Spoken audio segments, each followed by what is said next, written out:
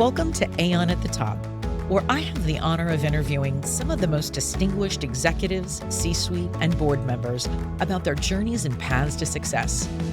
I'm your host, Nicole Ward, the Senior Vice President of Sales at Aon.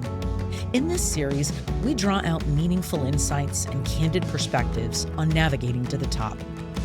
At Aon, we help you make better business decisions by turning risk into resilience.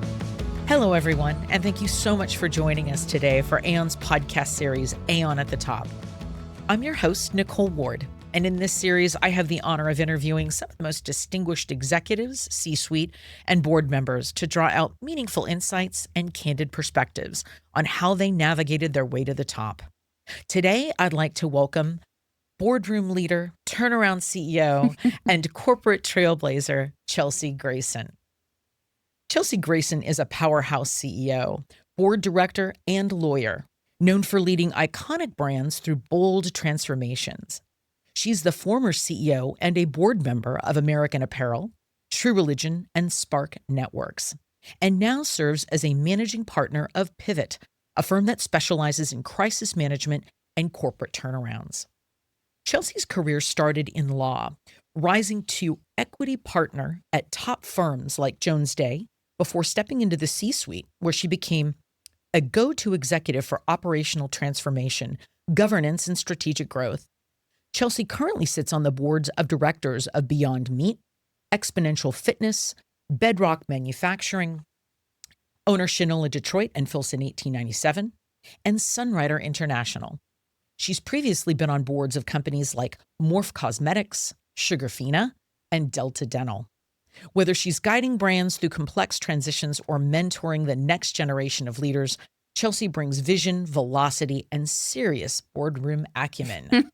Chelsea, welcome. Wow. I'm so excited to have you here Can I today. meet that woman? I mean, Yes. gosh. We all want to be that woman. Amazing. Well, thank you so much for being here. No, thank you for having me. It's an honor. Absolutely. And I want to start out with your personal career journey and you sharing with us a little bit about how you got where you clearly have made a great way to being. And in terms of your path, was it planned out? Did you have a roadmap of what you wanted your career to look like? Has it mapped to that? Or, has it been one of sort of, opportunism along the way? So a hybrid of everything you just said, honestly, as you might imagine. I think everyone would probably have the same answer. I mean, certainly from an early age, people that were close to me spotted, my strong points. My grandfather, said early, he used to call me early on, he used to say, "You're a Philadelphia lawyer." I don't know if you've ever heard that phrase, but Philadelphia lawyer is a very specific type of lawyer, just a zealous advocate, someone who takes a position, advocates for that position with logic and sort of a continuous through point, and so I always had sort of the word lawyer in the back of my brain, even though wasn't sure if being in a courtroom particularly resonated with me. If you looked at my quote in my high school yearbook when I graduated, it says something, I can't quote it perfectly, but it says something like, they asked us, "Where do you see yourself in 10 years? And I said, "Oh, I see myself, in the corner office, top of a high-rise building in downtown, running something, and The vision. something. I wasn't sure exactly how I was going to get there, what I was doing in that office, and so. And the fact that you put that in your high school yearbook Yes. as a quote is pretty epic. Manifested it. Yeah. Before we came up with the phrase manifesting, right? Wait, This is back in 1989, so, but I think aside from all of that, and then at some point you have to put your stake in the ground and figure out what you're going to do. Is it going to be an MBA? Is it going to be JD? Whatever, when you graduate from undergrad. And JD seemed like the right thing, though not hurtling towards the courtroom. Again, I knew that business was much more interesting to me. So I guided my legal career very purposefully, so that it was inside a boardroom, not inside a courtroom, because I did, I've always been a corporate transactional lawyer. I'm a recovering lawyer now, of course. I'm sorry.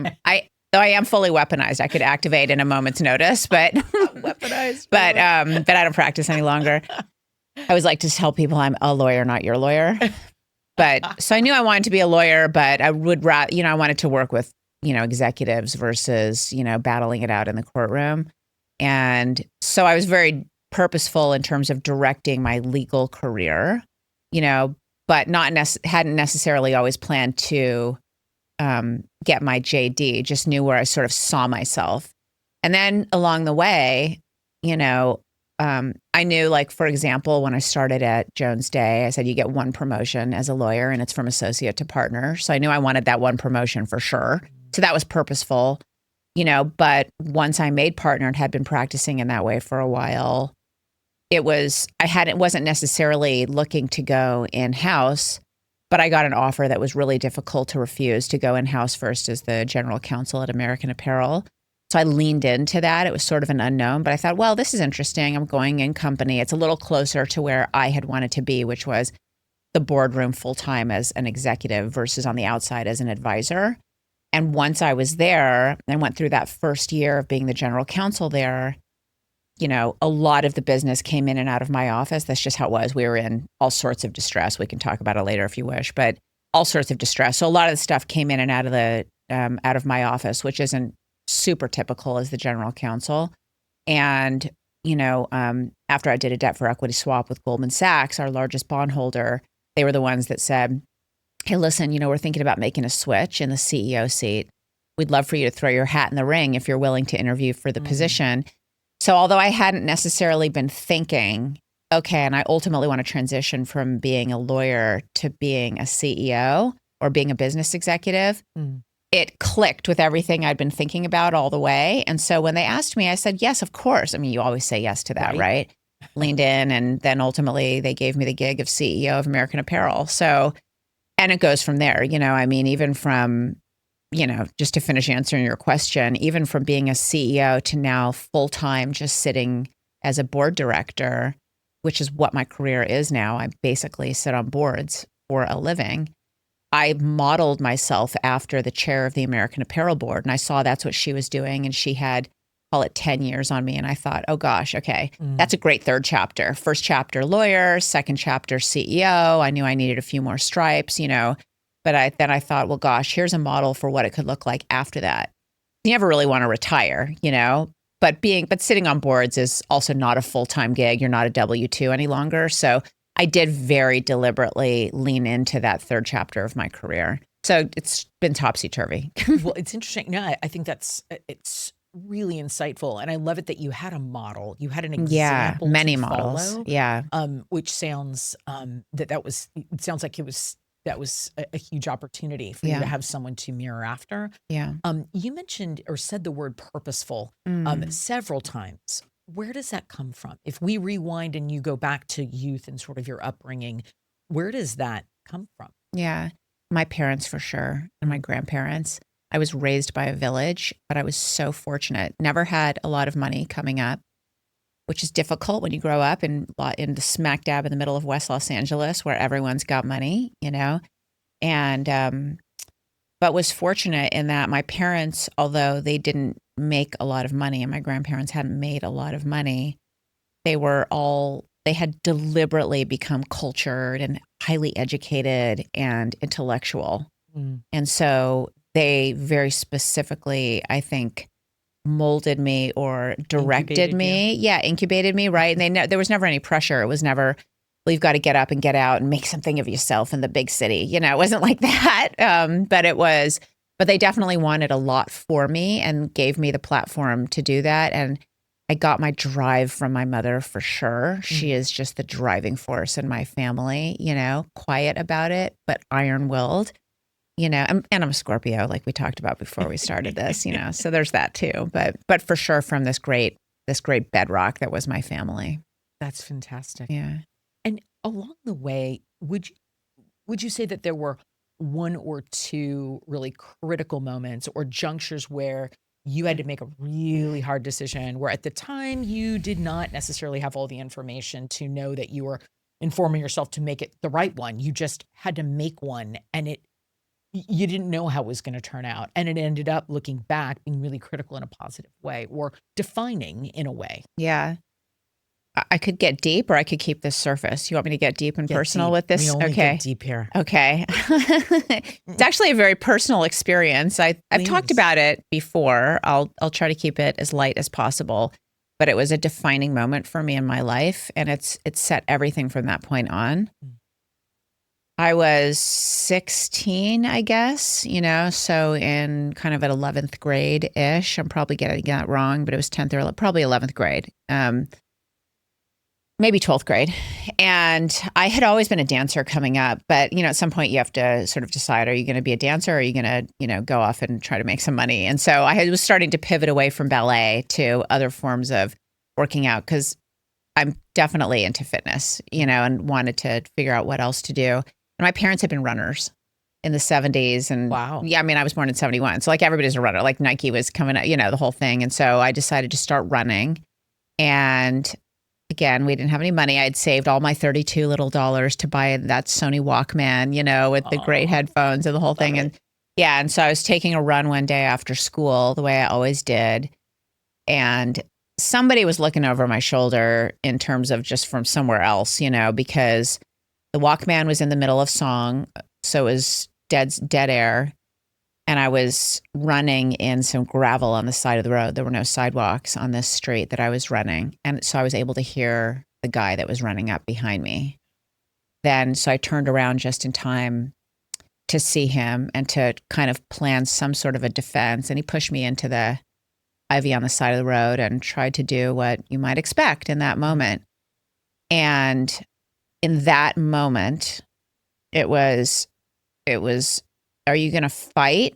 Are you going to succumb? There was no flight option. It was fight or succumb. You don't judge either path. You take, no matter what, you try to survive, right? So however you feel like you're going to be able to survive in the moment, that's it, and everyone has their own journey when they hit that point, if they have to. But I fought really hard, and I somehow got this guy, they talk about like mothers like get lifting cars off their babies or whatever. I fought and I got this guy up, and sorry to the cameraman, but sorry to all the guys out there watching, but I need him where you're supposed to. Then he kind of doubled over and I grabbed his hair and broke his nose with my knee and was able to kind of run off, all the while pissed because my Walkman was shattered on the side of the road and I had spent all my little $32 on that, and, got up and out of there. One of the football players actually from my high school happened to randomly be driving by, shout out Matt Smith. And he's like, get in the car, and drove me back to my, well, of course, by the time we got back with the police, the guy was gone. And that moment was defining in my life. I fight. I fight, and I don't let anyone else make a decision for me within reason, and I don't, in the moment, I make my decision for myself, looking at all the things. Everything slowed down in that moment, and I took everything in. And anyway, that's kind of what did it for me for the rest of my career. I don't necessarily, it's not like when I say I fight, it's not that I get nasty or I'm always going to like go the way of a battle. Sometimes the better way to do it is to politic and smooth things over and let time, do its thing and all of that. But that's still a very deliberate and purposeful way of guiding your life and your career and whatever is happening around you, Wow. Yeah. That's amazing. And thank you for sharing that. Yeah.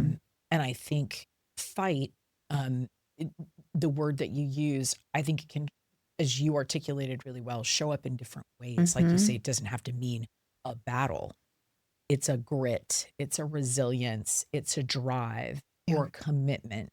And that is an incredible story. And the awareness that you have at how defining that has been for you, and that it's been this through line for you, and how you've shown up and been able to tackle the things you have. It's pretty amazing. Thank you. Thank you for sharing that. Wow. Geez, my next questions are going to pale in comparison to that. In terms of sacrifices along the way, to have a career that you've clearly had, there had to be some things you either said no to, forewent, and were you mindful of those sacrifices at the time, or do you look back and go, "Woof, I said no to that because I got this, but It was brutal at the moment, at the time, etc. Yeah. The biggest sacrifice I made was not, I mean, I have 2 kids, shout out Sylvia and Shane. Who are now, by the way, up and out. I'm an empty nester. They're 23 and 21. This is great. Yeah. But the biggest sacrifice I made was not showing up for them like maybe a mom who hadn't worked so much could have showed up for them. And I was really lucky in that my parents I never once had a babysitter the whole time I was raising my children. Never. Wow. My parents were there at the drop of a hat. They were there every time I left town on a business trip, which was all the time, frequently international business trips for a long time. My parents took them to school in the morning. My parents picked them up. My parents took them to all their numerous after-school extracurricular activities. My parents made sure they got their homework done. If I was there and I could do it, I would when I was there. But, we work 24/7. It absolutely takes a village. And I was so lucky because not all parents would have leaned in like that. It was a sacrifice. And I apologize to my kids all the time. And, of course, they're like, what are you talking about? Like, what do you mean? That was just normal. We didn't notice that. But I mean, if you watched my kids when they were playing with their dolls or whatever, in their bedrooms, when they were kids, you would have seen them being like, mommy has a work call, and like mimicking me in the front seat of the car being like on a call or whatever, it was like, oh, that sucks, but they're fine. They're both really successful. I launched them, they're good. They had you as a model, right? And, yes, modeling's important. Example, right? As we mentioned earlier. Well, speaking of that, I'd love to know who your mentors were along the way. If you have 1 or 2 examples of how you saw someone, as we mentioned earlier, where you had that, from a board perspective, from a career perspective, what was that like for you? Yeah, I mean, lots of mentors. I think that's really important. And by the way, I think it's really important to have mentors that, yes, for sure, that are like you, because you want somebody that, you can be vulnerable with and share shared experiences with. But also you want to get mentors that are totally not like you, because only they know about rooms that you wouldn't even know about, to walk through the door, and they know how to get you through that door and, how to show you how to act once you get into that room you didn't even know about type thing. So I think Bert Zweig was a mentor of mine. He ran corporate at Jones Day. And when I got there, he was in his second to last year before he retired. So he was maybe 65, 66. He had been sent out from the mothership, which was then Cleveland, for Jones Day to start the LA office back in the 60s or early 70s, and so, he had been around forever, didn't scare not for nothing. And every year he took just 2 baby associates to sort of take under his wing and train to be to lawyer like he lawyered. And I didn't know any of that stuff. I just knew he was this like pale male and stale in the corner office, up on the 50th floor or whatever, and it was kind of the end of the height of the tech boom when I started. I'm a 98 grad. I clerked for a federal judge right after that. But so I came in 98, 99. And it was very easy to develop business then because everybody we knew that was our age had a tech startup, that was going through its funding, and, they all needed lawyers. So I brought a client in, thinking I was just very cool and very, unique for this. And I brought a client in that was a little tech startup, and they needed help doing a round of financing. And someone said, well, go to Bert because he runs corporate here in the office. So I went to Bert and I said, hey, listen, I have this client. They need to get this deal done. Do you have people on your team that could get this deal done? And he said, well, as you might imagine, we're very, very busy. It's very frothy right now in the transactional world. So you'll just do this with me. And I said, what are you talking about? I am a litigator. I don't do deals. I didn't even know what that was really. And he said, first of all, youngster, he's like, you're 3 months into your legal career. You're not anything yet. And he said, but if you want this deal done, you're going to do it with me. So I did that deal with him. And that's what started out my corporate career. I realized that's the pathway to the boardroom for a lawyer. That's the pathway to understanding business fundamentals. That's the pathway to understanding financials. This is the way, if you want to be more on the business side of things as a lawyer, it's to be a deal lawyer. And he completely opened my eyes to that world. And I never looked back. And I'm so grateful to him. He's passed now, but I'm so grateful to him because, number one, he showed me a part of the law that I could be passionate about, not just, I would have been a fine litigator and I would have been great in the courtroom, but I wouldn't have probably had a passion for it the way that I had a passion for the practice that I engaged in. And number one. And number two, he taught me how to practice with honor and with dignity and keeping your moral code, and staying true to your core values that you set out ahead of time. And he taught me how to be studious. In every situation, you think you know all the things, but go back to the nature of all those things to make sure you understand. I mean, the very first deal we ever did, it involved a limited liability company, which has units, not shares of stock, as its kind of equity. And he had me go back and do all this research about, is a unit a security? And therefore, is it regulated by the SEC and all those things? And of course, the answer is yes. And he knew the answer, but he wanted me to do the work so I could fundamentally understand what's the difference between an LLC unit and a corporate share of stock. Just that, digging into the granular nature of things. And I've done that now with everything. I don't take anything at face value. I look to the core of all the things. That's brilliant mentoring. Yeah, right? Brilliant mentoring. And for you as a mentor, when you think about other, and for many of the folks listening or watching, their aspiration is to get to the C-suite or to the boardroom. And when you think about your mentoring of others, what's some advice or what's guidance you would give others as they're on their, kind of, efforts to do some of the things you've done? Yeah. Speak up.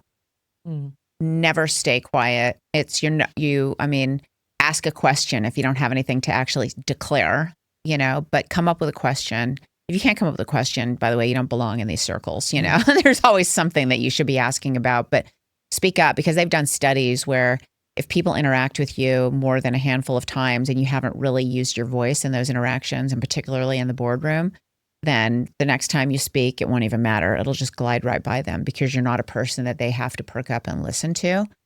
So always use your voice. If you're a woman, and you know this because, you know all about the ways to use your voice and exercise your voice in a powerful way, but deepen your voice a little bit, speak a little more slowly, especially when you're in a room full of men. You're always going to be in a room full of men, by the way. Always. I don't know when that's going to change, but I see pictures of myself at events I do, and I'm like, damn, I didn't realize it was just all a bunch of guys and me, but it's always that way. You just kind of forget. Yeah, speak more slowly, deeper. Make sure you have a firm handshake. These sound like really basic things, but these set the tone for every interaction you're going to have. And if somebody doesn't give you a great handshake, that's disrespectful.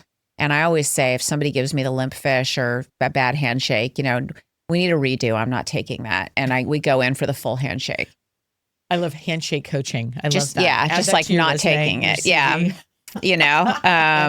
Always, coach. Yeah, exactly. Say yes to everything. Obviously, if it's but say yes to the scary stuff, because if you even hesitate, when they said you want to throw your hat in the ring to be a CEO of American Apparel, or when they came back to me after I had sold American Apparel, and Goldman Sachs also owned True Religion jeans at the time, and they came and said, "Hey, you," and I was exhausted. That's when all the gray hair started.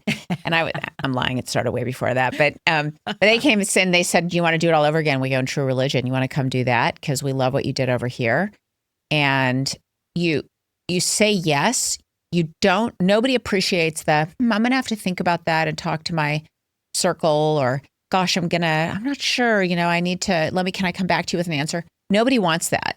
And in the meantime, they're going to start to waver in their confidence in you, and they're going to see your weak spots, Say yes and think about it later, That takes, and I want to pull on that a little bit, because that ability or willingness to have absolute fear, set it aside and say yes anyway, that's a muscle that has to be exercised. It takes a minute to get there, especially when so many of us suffer from imposter syndrome, right? how did you, what do you call on in that Yeah. moment? When they come to you and say, "Hey, do you want to do the CEO thing?" I mean, there has to be that the fear that comes up, and Yeah. then a willingness to acknowledge it, set it aside, and do the thing anyway, right? Yeah. You hit the nail on the head. It's just, do you want to overcome that in your life or don't you? And you have to exercise that in every facet of your existence. Yes, you absolutely have to be purposeful about that sort of grit. I mean, we talked ahead of, starting this today that people think I'm an extrovert. They think I'm actually an introvert. I charge alone, but I'm what they call an ambivert. So I'm an introvert with extraordinarily well-faked extrovert skills. And I've done that all my life because I've been shy from day one. There's pictures of me hugging my dad's leg at every social event we went to. And when I was like 4 or 5, because I just was like, I'm not here. I'm like, you don't see me. You don't see me. But you're not going to survive like that, or you're not going to be very successful like that, And so lots of leaders, are shy or just can't wait till they get back to their hotel room at the end of the night on a business trip so they can just sort of decompress and charge, But you force yourself to get past that in order to get the things that you want to get or to get to where you want to be. I mean, I was terrified of spotlights when I was a kid, but I danced. I was in ballet from a really early age, and I was, I guess, sort of kind of good. And so I got asked all the time to audition for roles, and they would be starring roles, and then I'd get it, and I'd be vomiting backstage right up until you get on stage, and then you do it, and you realize the rewards from being in that spotlight are so incredible, how they make you feel, how they grow you, how they force your brain to progress. And you just start to realize all the different things the great things that happen to you when you break through. You stretch. And yeah. And so getting past the fear, that imposter syndrome, it's not just going to happen. You just have to force it to happen. In creating, I think, our own sense of safety to fail, right? Like, everybody fails. I fail constantly, all the time, absolutely. every day. But that making it okay, and I think sometimes we don't often do that, right? It's like, well, that's a big risk, and if I fail, right, it's like somehow making it okay and creating our own sense of safety around, I will faceplant. That's okay, And guess what? As my great grandmother used to say, poop makes great fertilizer. And so, from Stealing which that. flowers will grow, right? What was her name? I know, right? What was your great grandmother's name? Elsie. Elsie? Right? Oh my gosh, this is like fate. So Chelsea's going to steal Elsie's quote. Okay. I love it. You may steal. Oh my God, that's so cute. I love it. Well, in terms of, thinking about leadership and decision making and, how you drive the goal between the goalposts, right? How would you define your leadership style and a criteria that you've used to make hard decisions, principles, goalposts, however you want to, term it. How have you defined your kind of leadership style over time? Well, first of all, right when you get into that leadership position, you have to make it clear to your subordinates, or I don't know the right word to use there, but the people who report to you throughout your organization, that you are not their friend and you're not their therapist. Though you can be friendly and though you can be a sounding board if they want to come in and vent to you about something or they want your advice on something, but there's this very specific line. I want to use the word hierarchy, though I know that's politically not the word that I should be using, but I don't believe in those flat organizations. I do believe that there's a C-suite and then there's a hierarchy even within the C-suite for a reason.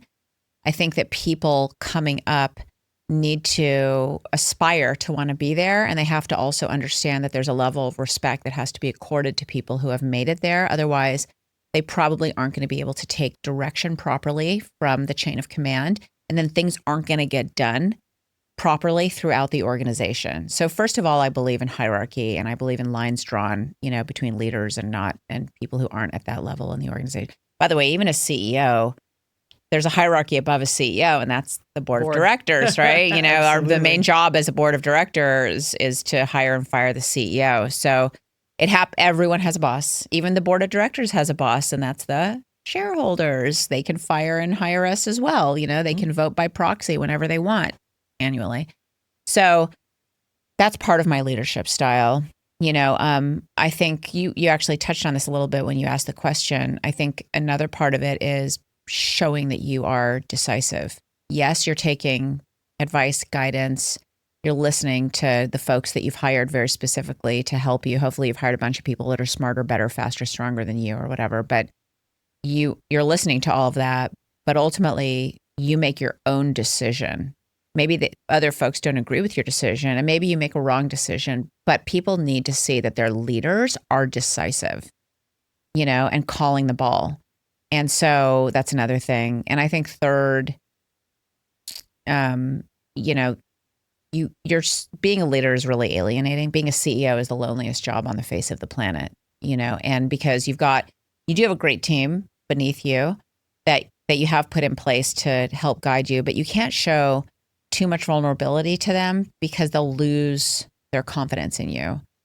Similarly, you should have theoretically a great board, which is put together of a bunch of well-seasoned advisors who have done this 20 different times. They've got a great network and all that stuff. And you ought to be able as a CEO to lean on them for advice or folks in their network that might be great for you or whatever, but not too much because they'll also lose confidence in you, So I think that you have to get used to being an island every once in a while and just get used to hearing all this stuff, asking the right questions, but at some point putting yourself in a bubble and just forging ahead on your own because that's why they put you in that chair, So I think that's the other thing. And that takes courage back to what we were talking about previously.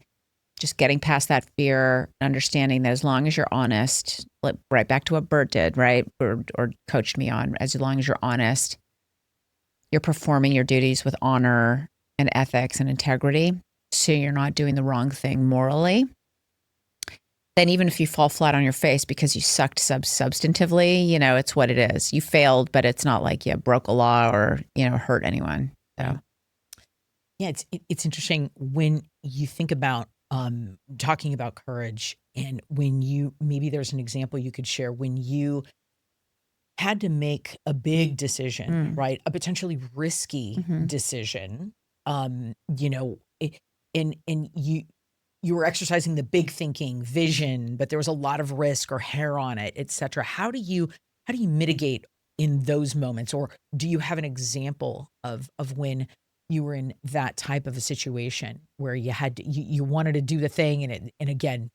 Well, I mean, when I was the CEO of American Apparel, we were in every kind of crisis you can imagine, governance crisis, culture crisis, worst of all, liquidity crisis. The company had lost, over $300 million in the previous 5 years before we all got there, to help turn it around. We had to part ways with the founder CEO, which was difficult. A lot of, the brand was very much tied to him. He was the brand, in a lot of ways. It was his company. He was the founder, and it's called American Apparel. So, there's limits to, we made everything ourselves. First, we were vertically integrated, but also we made everything here in the US and just also mostly in and around downtown Los Angeles. And we employed 7,500 textile manufacturing and folks who were all immigrants. They were here because of us. We had helped them get their status, and the barriers to entry for another company should we fail were so high that if we failed, those folks would never find another job like this here, And so all that stuff, and plus it's an LA company. I'm born and raised in LA. You don't want to see that company fail, big public company. There was 3 of them at the time in Los Angeles, that's Right. it. A lot of pressure. But something has to give because clearly it wasn't losing money because it was doing well. It was losing money because it hadn't been put together perfectly and things needed to be fixed. And big, bold moves had to happen. We had to we had to terminate a bunch of people, we had to reduce the SKUs down from, 200 SKUs down to 50 core SKUs because we just couldn't continue to make all this stuff, some of which sold one a year or something. You used to go into the stores and it looked like a clown vomited all over it, right? There was the great clothes, but then there was nail polish and sunglasses, for no reason, watches. I mean, Who knows why, right? So, But people like all that stuff. And so reducing the SKUs down to 50 or whatever, the colorways, riffing people that, figuring out where to cut, figuring out things that we didn't necessarily have to make ourselves any longer, and figuring out certain things that could actually be made offshore or that we could acquire offshore and import, and still our labeling wouldn't change. So we could still say made in the US. So it could still be American Apparel, not Bangladesh Apparel or whatever, Those were big, scary decisions that I had to make. And the way I got through all of that, honestly, was as much as I possibly could, because it was a public company, being really transparent with my communication to everyone in the company, telling them what was coming, showing them how they could be a part of the journey, telling them that showing them that change was good, because I was giving them the kind of behind the scenes look at what the change was, when it was happening, and why we were doing it. Again, giving them all a role in it, showing them how they could be part of the future success and survival of the company, so that people could mostly keep their jobs and we could keep that little internal economy going, teaching people that when the water rises, all boats float, even though it's going to be radically different, but that we need to do this for the company to keep going. So I just took my butt out of my chair and just went to all of our facilities all the time, just constantly, and just did like the rainbow tour, just shaking hands and hugging people and telling them everything. So I think that's fantastic leadership it's style. unusual, for a CEO, especially a public company, to do it, but I think it worked. I mean, I think it's great leadership, right? That getting that buy-in, enrolling folks in the journey. To use your word. I think that's outstanding. The more you talk about scary stuff, the more you deflate the scary part of it. Absolutely. Lean into it. Tell the truth about it. And then the mystery goes away, and everyone's on the same page. Exactly. Yeah, absolutely. And pivoting a little bit to your board work, but it's on a similar lines here. How do you balance taking risks and mitigating risks with growing, with that commitment to growth? How do you balance those two, especially as an attorney? Right? Yeah, which is like good and bad, right? Because lawyers are usually the Department of No. Yeah.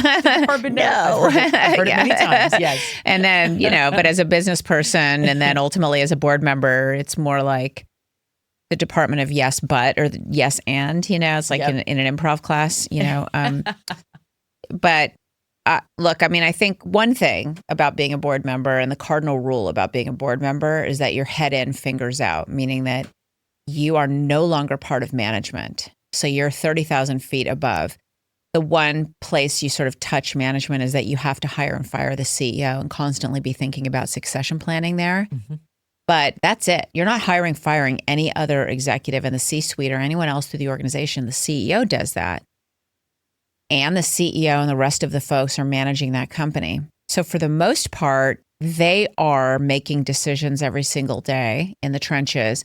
There's certain things in the charter docs that they're required to come and get board approval for, obviously. But they've done all the work, So that's one way in which we're just a bit removed from those day-to-day decisions, But you're right. There's still big stuff. It's the big stuff that comes to us. Are we going to do this? Are we going to engage in this particular piece of M&A? How are we going to disclose this material event that just happened? Are we going to do an internal investigation on something that we just got nabbed on by a governmental agency or whatever? How are we going to continue to shape the board itself? What else do we need? We're looking at our skills matrix, those kinds of things are really the high level, big decisions that come to us that you're right, do involve risk,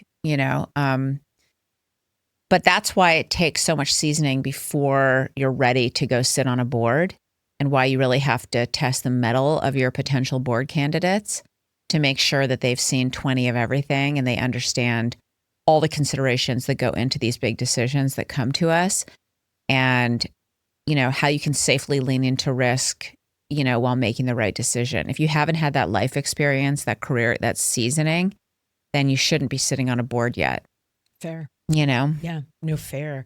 And to take that a little bit further, when you think about your various, board positions and all of the emerging risks that are out there right now, whether that's cyber, AI, ethics, if that's a word, some of the geopolitical uncertainty that we have going on, how is that a part of your conversations on the regular? They absolutely are a part of our conversations in every boardroom I'm in, even the ones where you'd sort of be like, really? How does that impact that particular company? You know, all those things affect every one of our companies, or you're talking about it anyway to make sure it doesn't affect your company, you know, but I tell you, all those big issues, those big worldly, international, geopolitical, you know, whatever issues, they do affect your company. You just have to figure out how, and you have to even maybe sometimes predict 5 years ahead, you know? And so you're definitely talking about them in all of your quarterly meetings. You know, you should be, for sure. You have to round out your board to make sure that you have someone on the board that can hit those particular issues. I mean, at Exponential Fitness, for example, that's a franchisor, a big global franchisor that owns boutique fitness, health, and wellness brands. But we have a very intense, highly seasoned technologist on the board, the former CTO of Microsoft. Why? We're not a technology company, you know? So you might look and say, why is that person on your board? Well, because you're absolutely right. AI for sure impacts, you know, the funnel, how we get our customers, or even how we vet our franchisees, or you look at the platform, you know, which enables our downstream members, you know, to sign up for classes or to buy merch or, you know, whatever, to become members or to cross-fertilize into a different modality or whatever the case. There's technology and AI at the heart of that company, just like there is with every company, you know, so we made sure to have a technologist on that board, you know, because that's really the forefront of how we're going to grow and scale, you know, even when you look at internationally, you know, where we've got less boots on the ground. So I think that's another way to make sure that you preempt and understand risk, is by having the right people on the board. And it's absolutely your responsibility as a board member to constantly be looking at the skills matrix. Are we hitting the things we need to? Am I scanning the universe in the future to make sure that we're prepared and we have the right person for that? Thinking ahead with board composition. I love that. 100%. I think that's a great takeaway. What advice would you give to sort of up and coming leaders when it comes to navigating these high stakes situations, navigating these types of risks, you know, based on, you know, you've been C-suite, and now as a board member, it's a very different purview, right? Yep. Two very different perspectives, rising leaders. Yeah, I think, well, for one thing, listen to the people who have done it before. I know this has like been a repetitive theme in my remarks today, but there's a board or a CEO or whatever, whoever's above you for a reason. They're there. They got there for, assumedly for a reason. Sometimes they're misplaced, but usually you can trust that they've seen a bunch of everything, that they've had enough life experience, they've got enough years under their belt, you know, they've been able to stifle the panic gene, you know, and address things calmly, you know. Stifle the panic gene. Yeah. I'm still trying to do that. Me too. It's a daily exercise. but, you know, and so you listen to your elders. I don't know how else to say it, even if they're not actually your elders. Listen to the people who have done it before you and who are there above you, because you know, they can help. And if you see yourself in a sticky situation, raise your hand as early as possible. If you made a mistake, you fell into a hole, even if it wasn't because you made a mistake, but you fell into some sort of a risky situation, raise your hand, raise the white flag as early as possible to get that great, you know, to get that great advice. Number one, you know, because the longer you let it marinate, it is not going to age with like fine wine. You know, the longer you let something sit, the worse it's going to get, number one. And number two, and I think this is really, I say this from a board member perspective, but you got to start thinking about this early. What are some of those safety nets that you can build for yourself, including, as a board member, I always look at D&O insurance, you know? Absolutely. But I look at all the other kinds of policies you can build, whether it's cyber, you know, whether it's, you know, an EPLI policy or just a regular umbrella, whatever, general liability, you know, like an American Apparel. We actually use that a lot. Right? Oh, yeah. Well, oh, that's right. Okay. Sorry. That was actually not a deliberate plug, but I mean, I think about insurance a lot, you know, and it comes into play a lot more than you would think. And you hit situations where you're sort of like, gosh, we could actually we could exhaust our stack, you know? I mean, it does happen a lot more than you think. So, you know, there's going to be problems as a leader. So protect yourself in that way, you know, put the policies in place, you know, have the right money in place if you need to deal with indemnity obligations, you know, whatever the case is. So just prepare for that rainy day. Yeah, no, absolutely. I think, going back to your prior comments about going to your elders, I think that requires all of us as leaders to cultivate vulnerability. Hmm. And again, that willingness to ask, that Yeah. willingness to ask a question that we don't know an answer to, which Yeah. could position us in someone else's mind as is coming up short in some way. When in fact, to your earlier comments about asking questions, it's probably one of the best things that we can do, Yeah. is leading with questions, staying curious, Yep. and being willing to be vulnerable and tell the truth when we don't know something and we do need guidance, right? But I think that in and of itself is something that we need to cultivate Yeah. in up and coming leaders. So I think that was a great call out. Um, and of course, I love your risk comments because I work for Aon.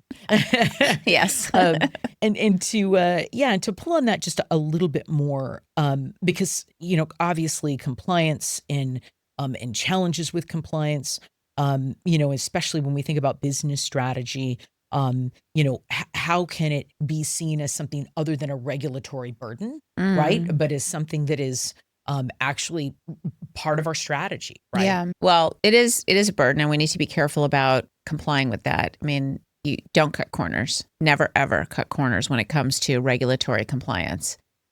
Period. End of sentence. And then I'll move on to my next remark. But I mean, period. End of sentence. There is no way to shortcut. There is no way to strategically get around something. Don't look for a loophole. Don't listen to people who tell you that there's an easier way around this and we figured out a way and blah, blah, blah. I mean, even now, things that people thought were perfect safe harbors, like 10b5-1 plans, that were, I'm sure you know what this is, but for the audience, if they don't, it's, when you get to a certain level at a publicly traded company, you're always going to have material non-public information in your possession. So it's really difficult to trade the equity that you've been granted. But problems happen like tax burdens, and when you get your big equity slugs, you are going to want to sell off to pay your taxes, but you aren't going to be able to because even when you're not in a blackout period, you're still in possession of MNPI, material non-public information. So people put 10b5-1 plans in place, which is set way ahead of when you ever had material non-public information, like way when you started or whatever. And you just give direction and an automatic number of shares sells off periodically, or when it hits a certain price, it sells off, or every time you get an equity slug, it sells off 20% or whatever the case is, And so generally you're shielded because you didn't make a call to trade at that time. So you can't be caught out there on insider trading. 10b5-1s have been a beautiful shelter. But recently there's actually been some convictions of folks who they had a beautiful 10b5-1 in place, but it was determined that at the time they put it together, they somehow had MNPI in their possession, and this somehow dirtied the whole plan, and they get popped on it, So that's when it takes really careful lawyering. I mean, there's some of my companies, I don't have a 10b5-1 because we weren't comfortable that I was perfectly cleansed and didn't do it, and I just have the tax burden that I have to deal with, So there's never a way to get around compliance. You have to be as conservative as you possibly can, period, end of story. Now, is it smart to get to know the regulators? Send your general counsel out there, or have your outside counsel be some people who used to be at the SEC or used to be at the FTC or used to be at FINRA or used to be at the DOJ or whatever. You want to surround yourself with lawyers who used to be that and maybe still have connections, or at least they know how it goes. And now you can start to develop friendships and you can figure out, all right, hey, this is what we want to do.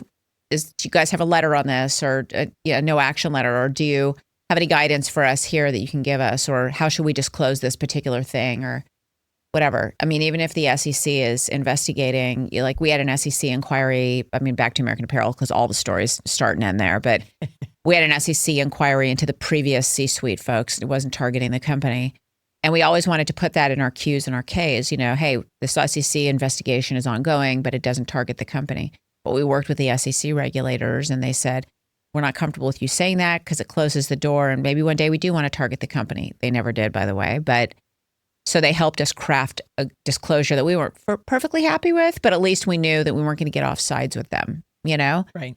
That's the way to strategically sort of work some of that stuff if possible. But otherwise, there's just no way around it. You got to abide by the law, Yeah. No, absolutely. If we pivot a little bit to sort of, vision and innovation, what are you really excited about right now? Any trend or something going on that you're really keen on? I am excited about AI. I think you'd be stupid not to answer that question with AI in some capacity, but not in terms of it's replacing everybody. Although I do think that there's certain jobs in 18 months, like 18 months from right now, that just aren't going to exist. Lots Mm, and lots of, certain types of engineers or whatever. I mean, they're just like, they're going to be completely out of a job. I was at dinner the other day in New York with somebody who runs a tech company, and he said that in the space of about a month, over the last month, he went from 45 to 4 wow. in terms of one specific department in his company Wow. because he was able to replace with AI. So, I mean, there's that, and that's unfortunate, but I'm really excited about people and AI working hand in hand to get places really efficiently and to be super productive. Mm, Because there's just so much more that we're going to be able to do, so much more innovation that we're going to be able to accomplish. And we talk about it at Beyond Meat all the time. Just the innovation that you'd be able to accomplish in plant-based food, the way you'd be able to help the climate even more on an accelerated basis, the way that you'd be able to help people be healthier on an accelerated basis, mhm, not 50 years from now, but a year from now. right. AI, I feel like, is going to be at the core of so much innovation there that's really exciting As an accelerant for as an sure accelerant. across many industries. Yeah. Yeah, interesting. Yeah. So I'm excited for that. I don't know. I'm interested to see geopolitically where we're going to end up, in the next 20 years or so, and what's going to happen. I'm interested to see some of the disputes and conflicts and tensions that are happening now amongst and between countries. Is that going to force certain innovation, or is that going to force other relationships to form?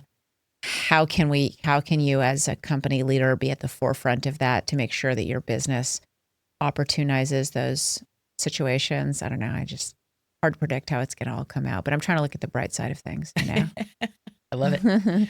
Well, speaking of the bright side, what do you hope your professional legacy will be? Have you given that thought yet? I know you got a lot of miles left on your I tires, but at do. this I definitely point do. Yeah. in this point in your career, what are you hoping Yeah.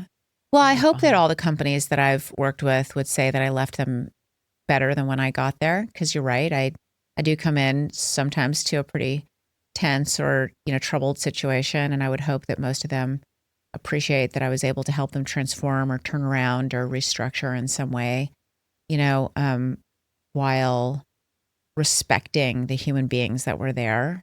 I really do try to look at the human side of things, both the employees, but also the customers of that service or that product. They're there for a reason. They're coming to our stores or our e-com or acquiring our service for a reason. They need that thing. And our employees, for the most part, are usually dedicated to that mission. So there's this like great meeting point. And I would hope that whenever I come in and help a company, that I've respected that meeting point, and Mm, I haven't burdened that or destroyed it. And I hope that, yeah, I do hope that folks coming up, the Gen Zs and Gen As of the world or whatever, are taking some lessons from my leadership, because I feel like in corporate America in particular, in the last couple decades, I was really fortunate because I did have great mentors, and also I came up at a time when companies were investing a lot in training and development. They sent us away for retreats. They brought folks in to educate. We had little brown bag lunches, whatever. They took a lot of time to do that because they wanted us to be great employees, but also they didn't want us to leave. We didn't lily pad as much as folks today do. And I think that these generations lily pad because they don't have that investment. They don't feel that training and development investment. And I get it. And there's not much I can do to change that shift. But I would hope that folks somehow are taking some of that training and development from me, whether it's directly or just by watching me, because it is lacking in corporate America these days. yeah, And just also that I was at the very least, as Bert taught me to be, honorable in my professions. absolutely. I think those are great call outs. How do you measure success, and how would you measure your own success up to this point? Oh my gosh. I mean, it's, I guess, like, I don't know. It's not necessarily that is a little bit the money, you know. You want to make something and Maybe you want to financial make metrics something aside. Yeah, we'll put that aside. Yeah. You know, I think one of the greatest measures of success, professionally anyway, are the relationships that you've put together and the longevity of those relationships. Have you managed to keep certain connections all throughout your career? What is your reputation in rooms that you're not even in right now? How are people talking about you in the third person? What are you being considered for? You know, just all of that, you know? I mean, have you been able to build bridges and not burn them? I think it's outstanding. I especially when you talk about people and relationships over time, right? You're growing with Yeah. some of these people, literally growing old with some of these folks, right? For sure. And in Yeah. a part of the dance of that landscape of work and doing hard things and challenging yourself and a part of one another's success and Yeah. failures, right? But it's that tribe that you carry along with you, that's either mentored you or you've mentored, and that's hugely valuable. Yeah, or you've been shoulder to shoulder with, or even Totally. how you and I were connected. We had multiple points of connection. Those people don't even know each other, right? But if you and I vetted each other, you know, I mean, we would have come up with glowing references from all the different points along the way, all our 6 degrees of separation. And that means a lot because then that landed us in this room together. We both agreed to do this, you know, and that was, I think, because we, you know, we had great people that we respected in common and they all said good things about us. So Absolutely. you just never know when it's going to come up. Yeah. No, I think that's great. Or even like, just to put a footnote on all of that, but I mean, even in situations that you don't expect, I mean, relationships in your auditing team, you know, when you're on the audit committee on your board, or, you know, just people that sort of, when things get tough and they have to be on the opposite side from you, like an auditor would, you know, just taking one example, or opposing counsel. You know, you're on the board of a company, but there's opposing counsel on a litigation against that company, but you've actually known each other for a long time. So they still have to be on the opposite side of the V. But in all those situations, they trust you. They know that they have a level of respect for you and you for them. And there's I know that person's been ethical and will always be ethical. And so then you're sort of stepped up in terms of your interaction, the positivity that your interaction can have, even though it's a bad situation. You know, that just like that, relationships can just facilitate everything along the way in business.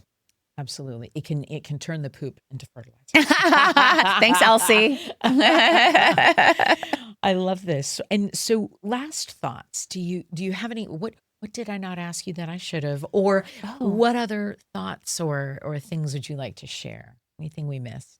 You didn't miss anything, lady. You did great. Yeah, you asked me all the things. I mean, gosh, because we went really personal there for a little bit. So no, thank you very much. No, thank you. I appreciate it so much. So many great insights, and so wonderful to have your perspective, which has been is so unique. And so valuable, I'm sure, to so many. And I've certainly appreciated getting the chance to pick your brain a little bit and share your story and share your journey. So thank you very much for being here. Thanks for joining Aeon at the Top.